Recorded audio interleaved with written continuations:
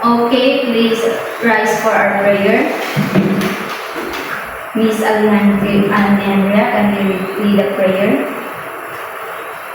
For those Catholics, please make the sign of the cross. Our Father, who art in heaven, hallowed be thy name. Give us this day our daily bread, and forgive us our sins, as we forgive those who sin against us. Not bring us to test, but deliver us from evil. Amen. Okay, so before you sit, kindly arrange your chairs and pick up some pieces of paper. Okay, so how are you today, class? Good, ma'am. Okay, so before we start in our class, let me check your attendance first. Miss Secretary, who are absent today? Nine, ma'am. Okay, very good. If none, give yourselves 5 claps for being present today. So, before we go through, I have here 3 classroom rules. First is respect, and then second is if you have a question, clarification, please raise your hand. And then lastly is do not use any devices unless you are permitted. And then, okay, so anyone from the class can recall what was our previous topic? Okay, Mr. Katada? I think our last topic was all about Internet of Things. Okay, Internet of Things. So, I have here a short activity. I will group you into 2 groups. This group will be the group 1 and this group will be the group 2. So, I have here a card and this activity will hold the flashcard. So, each group will have a representative to answer the question in front of the class. Okay, are you done, class? Not yet, ma'am.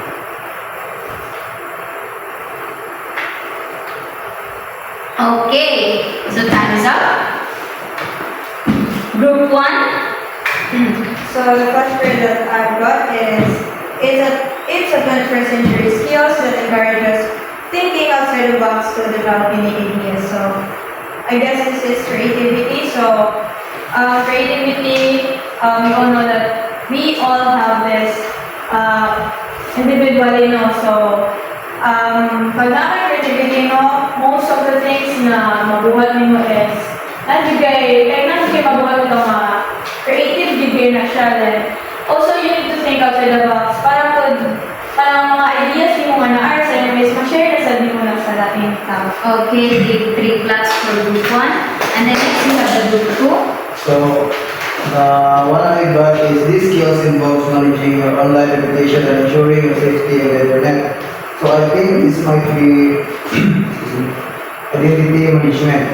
If we manage our identity online, we can prevent those harmful effects of the social media, especially the scams, the phishing, or the misinformation that are spread in the online. So I on the internet. So it is important that We manage our own identity. So that's all. Okay, give 3 claps for the group 2. So, based on our activity today, what do you think our topic, Miss Alejandra? So I think our topic for today is all about the digital literacy skills in the 21st century. Okay, very good.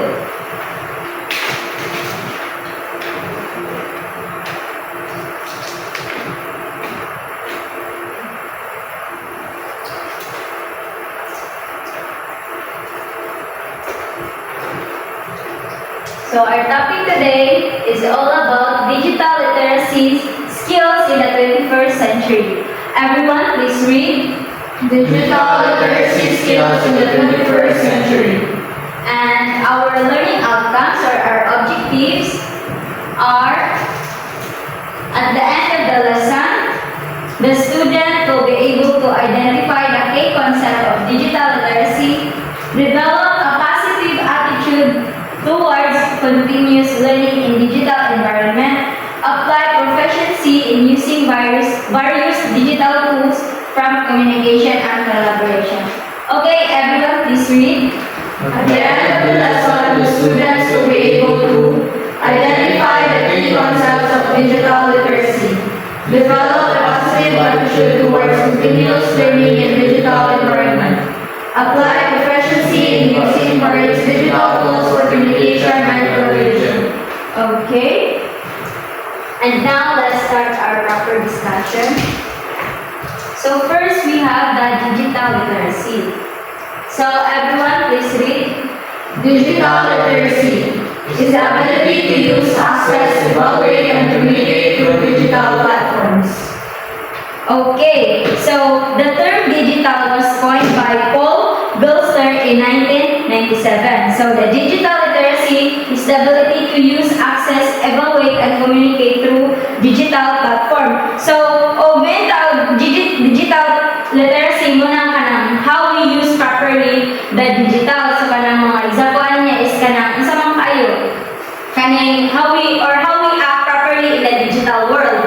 And the next we have the digital platforms, refers to the internet and all the devices that allow a person to access the internet. Okay, so example niya is the kanang mga kuan kanang Instagram and Facebook. Muna siya ang ating digital platforms. Okay, do you have any idea, Miss Soles? For me is, pero katawin mo yung Facebook. So, ang Facebook is social media platforms na malasa sa device or sa atong cellphone no na. And also, ang Facebook is mag-access na siya of internet, which is, ang internet is gamitin na to para makakommunicate sa atong mga. Okay, very good, Miss Soles. And then we have the digital literacies.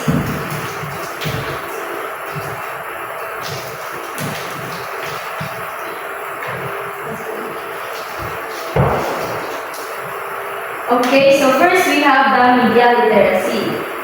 So everyone, please read. Media literacy is one's ability to critically read information or content and utilize multimedia and creatively using communication. Okay, so when we say media literacy, is kita how we utilize the multimedia.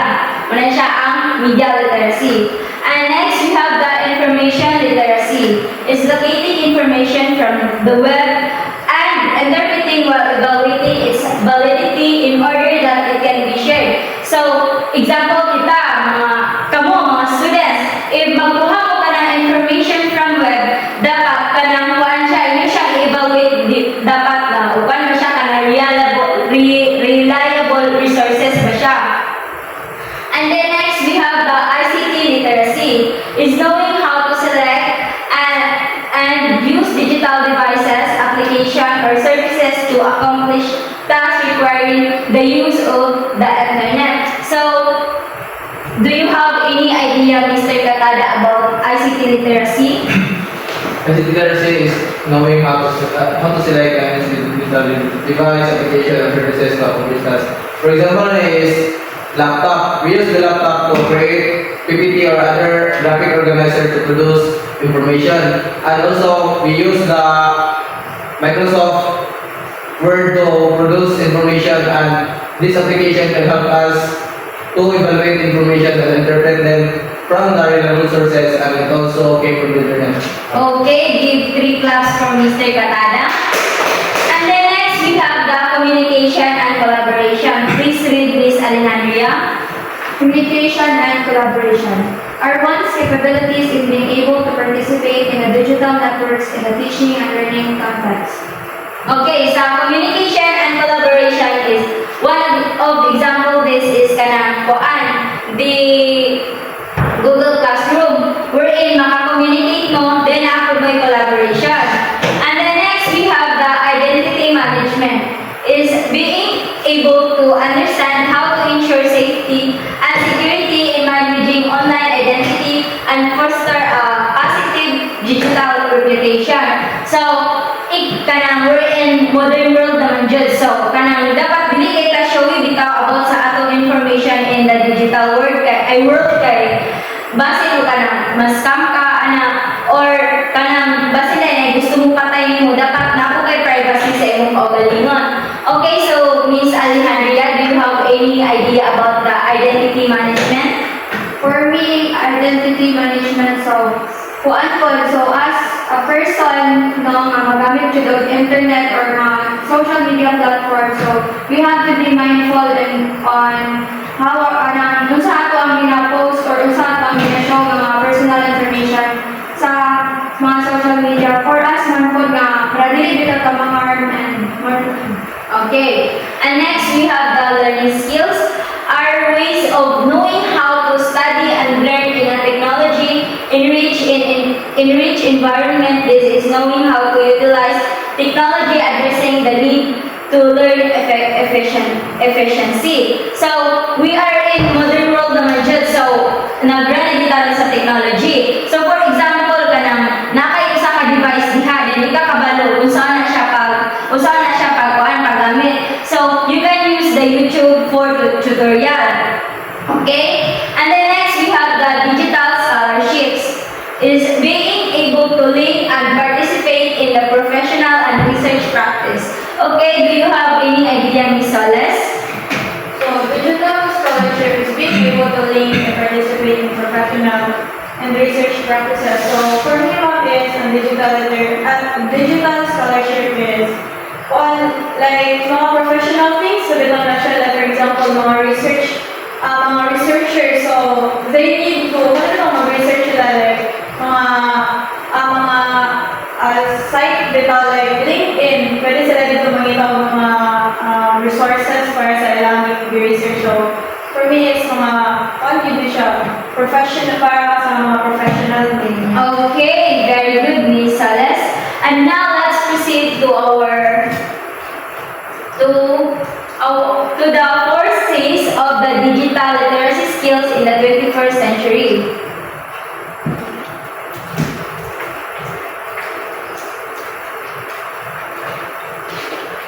Okay, so first we have the critical thinking. Please read Ms. Alejandria. critical thinking is learning how to solve problems. It teaches students not to accept immediately claims without seeking the truth. So, critical thinking, kanang example niya is, if petan ang sa usa ka situation, dapat dito mo mag-state ani nga plan, dapat na may plan B. Kay, if ever ma-fail to nga plan, kato yung plan A, at least na may plan B. And then next, we have the creativity. Okay, please read Ms. Soles. Creativity requires students to think out of the box and take pride in what is uniquely theirs. Creativity encourages expectation in the students' convention. Okay, so sa creativity is think outside the box. Kana bitang dapat imong ipawiden bitaw imo ang thinking kay para makakuha pa ka og kanang mga ideas about ana nga paitan example sa imo ang research or sa imo ang project dapat kanang magkuha ka think outside the box kay para bitaw makakita kag ideas ug unsay mas better ani niya nga design. And then next we have the communication. Please read Ms. Alejandria. Communication makes students express their ideas in the clearest and organized manner. Through face-to-face or technologically mediated, they need to know how to efficiently and clearly convey ideas.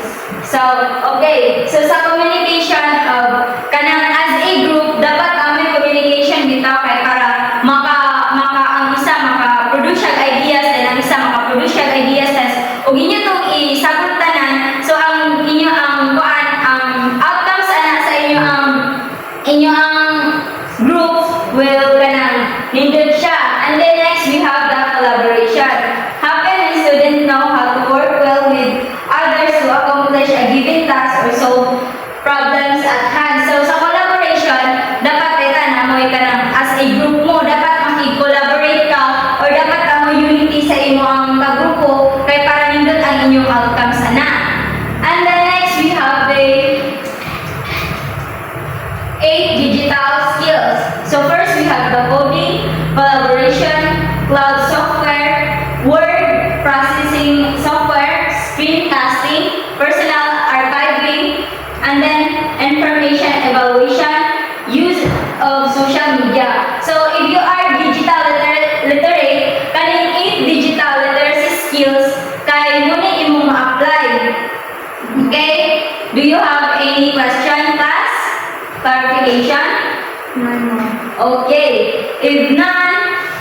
So, the importance of the digital literacy and skills in the 21st century, it is important us to understand because 21st century has witnessed of us reshape the way we interact with digital media and technology. So, being digital literate is no longer just an advantage.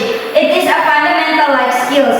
It's about understanding and adapting to a new world where education system, job markers, and our personal lives are increasingly intertwined with digital technology. So, as I said, at the end of the lesson, you as a student will be able to explain the digital literacy skills in the 21st century. So, again, what is the communication and collaboration? Okay, so the communication and collaboration is the capabilities in being able to participate in a digital network in the teaching and learning context. So, okay, I have a question. If nakasabot man dyan kaha mo. So, first question. It requires students to think out of the box and to take pride in what is uniquely theirs, creative, encourage, expectation, and student conventions. Okay, Ms. Soles? I guess, as you said, na thinking outside the box is creativity. Okay, thank you, Ms. Soles. Let's give 5 claps for Ms. Soles. And then we have the second question. So, it happens when students know how to work well with others to accomplish a given task or solve a problem at hand. Okay, Ms. Alejandria? I think it's collaboration. Okay, give 5 claps for Miss Alejandria. So I have here a short activity.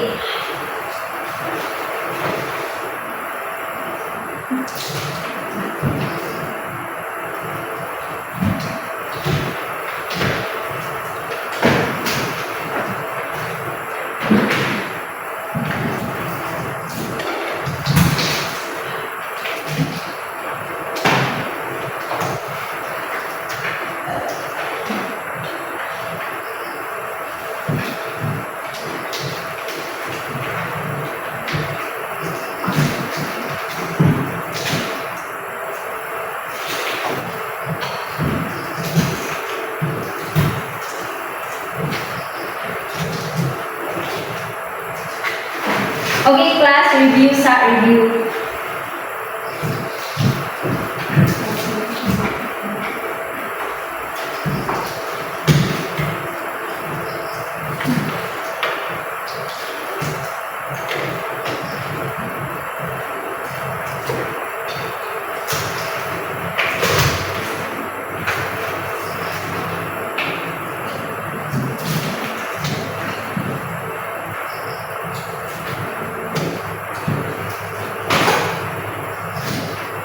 Okay, are you done, class? Yes, ma'am. So I have here a short activity.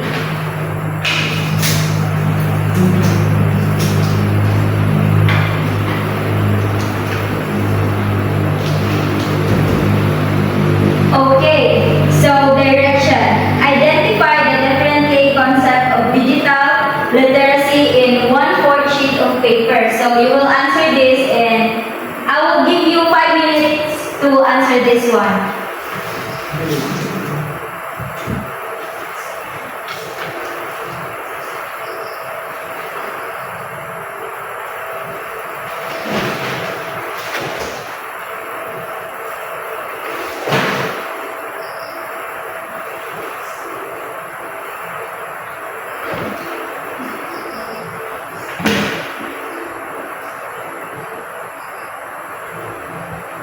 Okay, are you done, class? Not yet, ma'am.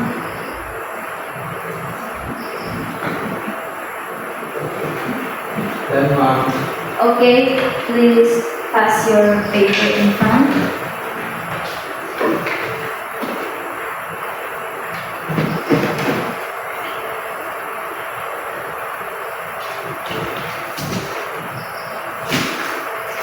So I have here another activity.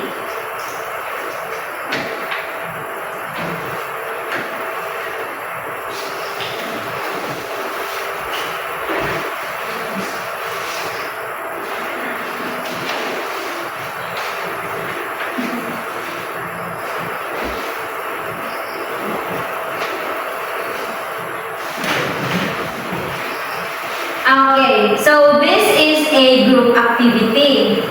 Okay, so this group will be the group 1 and this group will be the group 2. So in your activity, you will identify the real life examples of digital literacy concept and provided in the lesson. Explain naman sa mga. Okay. Oh, yes, yes.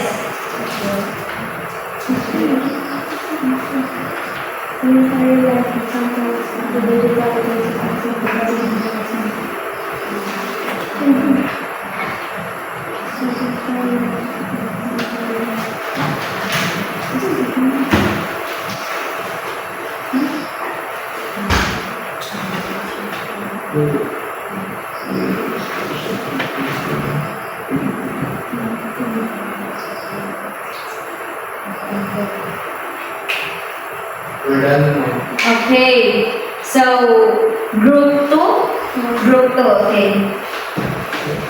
You will be the first explain sa inyo ang group activity. What is your real life example of the digital literacy concept? One representative lang. So, real life examples of digital literacy concept is we're doing demonstration using PowerPoint presentation, and we're using laptops and projectors, which is the digitals, and we're using the PowerPoint presentation as our media to explain and to provide information to our class or to our classmates and give them a lesson and give them lessons. Okay, how about the group 1? Okay, so, our life example of digital literacy is, di ba sa una is ka na nagagamit ng ganda o mga traditional na mga, like for example, dinamit ito mga ano to. So, now is, kung ano kayo ta, like, ano itong daghan na kayo na nabago na, nagagamit na kayo ng mga TV, and then mostly nagagamit na sa daog mga laptops para magama o PPT, and also, sa laptop is makakolaborate na tao ka na nag-relate ng mga tao, like magkipag-communicate na sa mga lain-lain tao. Okay, very good.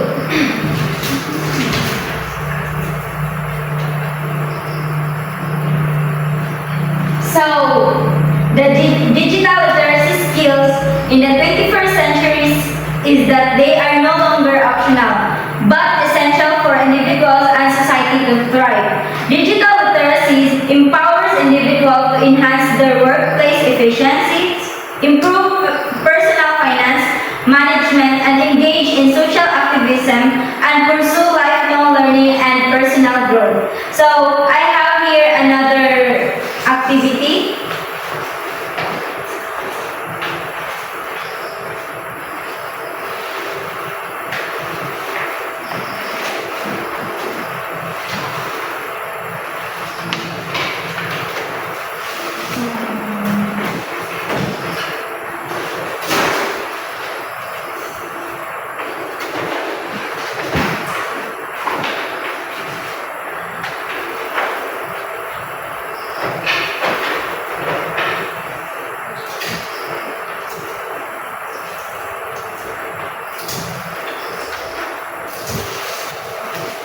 Okay, class, get one half sheet of paper to answer this one.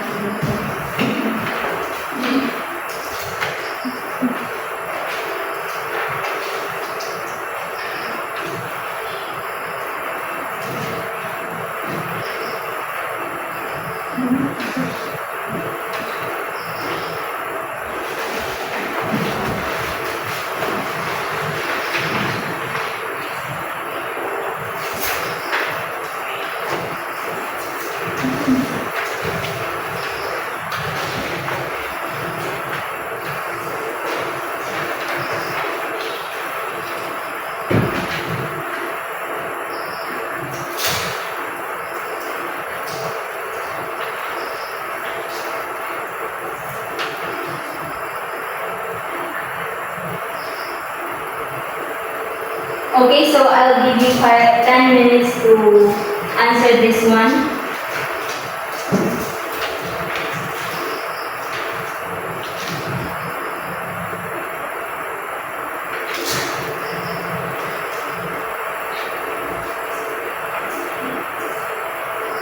Okay, so you will select the correct answer in this one.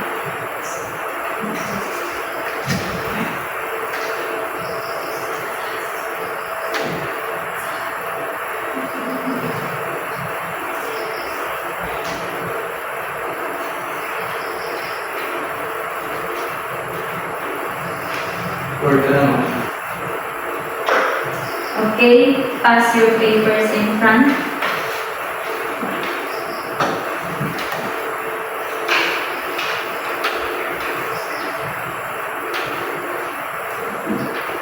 And we have the last activity.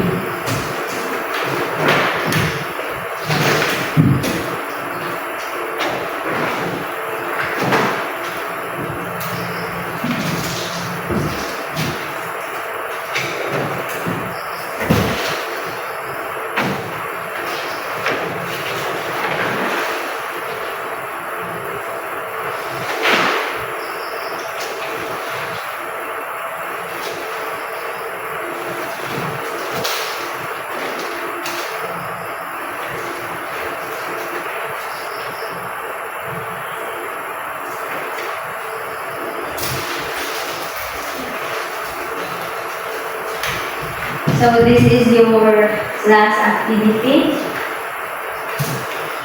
Again, get 1/4 sheet of paper to answer this. You will identify the different digital literacies.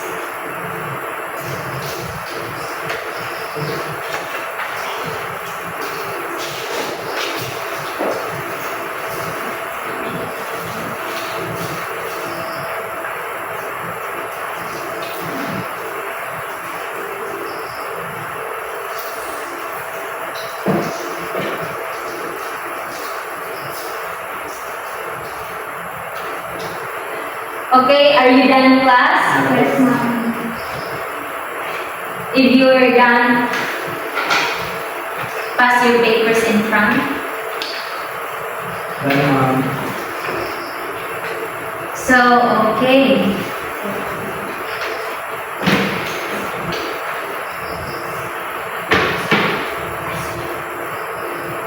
So, I have a short question. I have a question. So, Mr. Katada, what is the importance of being a digital literate? So an importance of being a digital literate is we can ensure that our information that we have browsed through the internet is reliable, and we can use it for our projects or any activities that have involved in this information, and also we can use this and also being a digital literate person is we can avoid scams, phishing, and other negative impacts of the internet. That's all. Okay, do you have idea, Ms. Soles? Being a digital literate? Being a digital literate is, alam mo lang, kabalo na ta sa mga information if kana is sinuod ba or dili. And then we also know how to use devices properly, how to use social media platforms properly, na dili na ta magtataka-taka o gamit na kay basta na mga harm to like people, like tao dito. Okay, very good. Give 3 claps for Ms. Soles. How about you, Ms. Alejandria? So for me, no, being a digital literate, so importante na siya kay, of course, we as a students, magpapili kay ka ng magkuhan o kuhan tayo sa mga social media.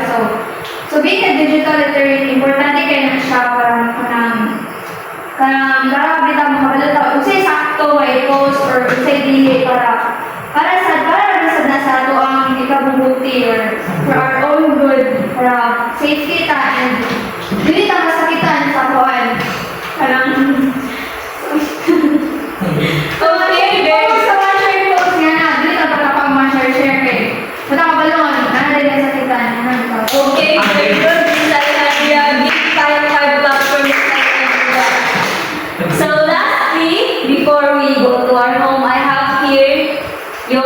assignment.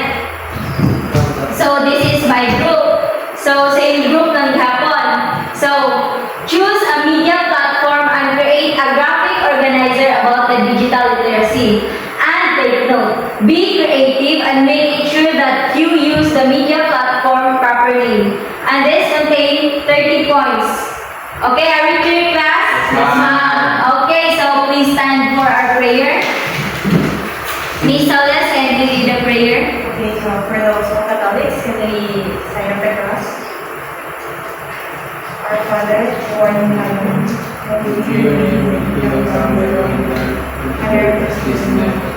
Give us this day our daily bread, and forgive us our sins, as we forgive those who sin against us. And not bring us to offense, but deliver us from evil. Amen. Okay, so goodbye, class. Goodbye, ma'am. Portion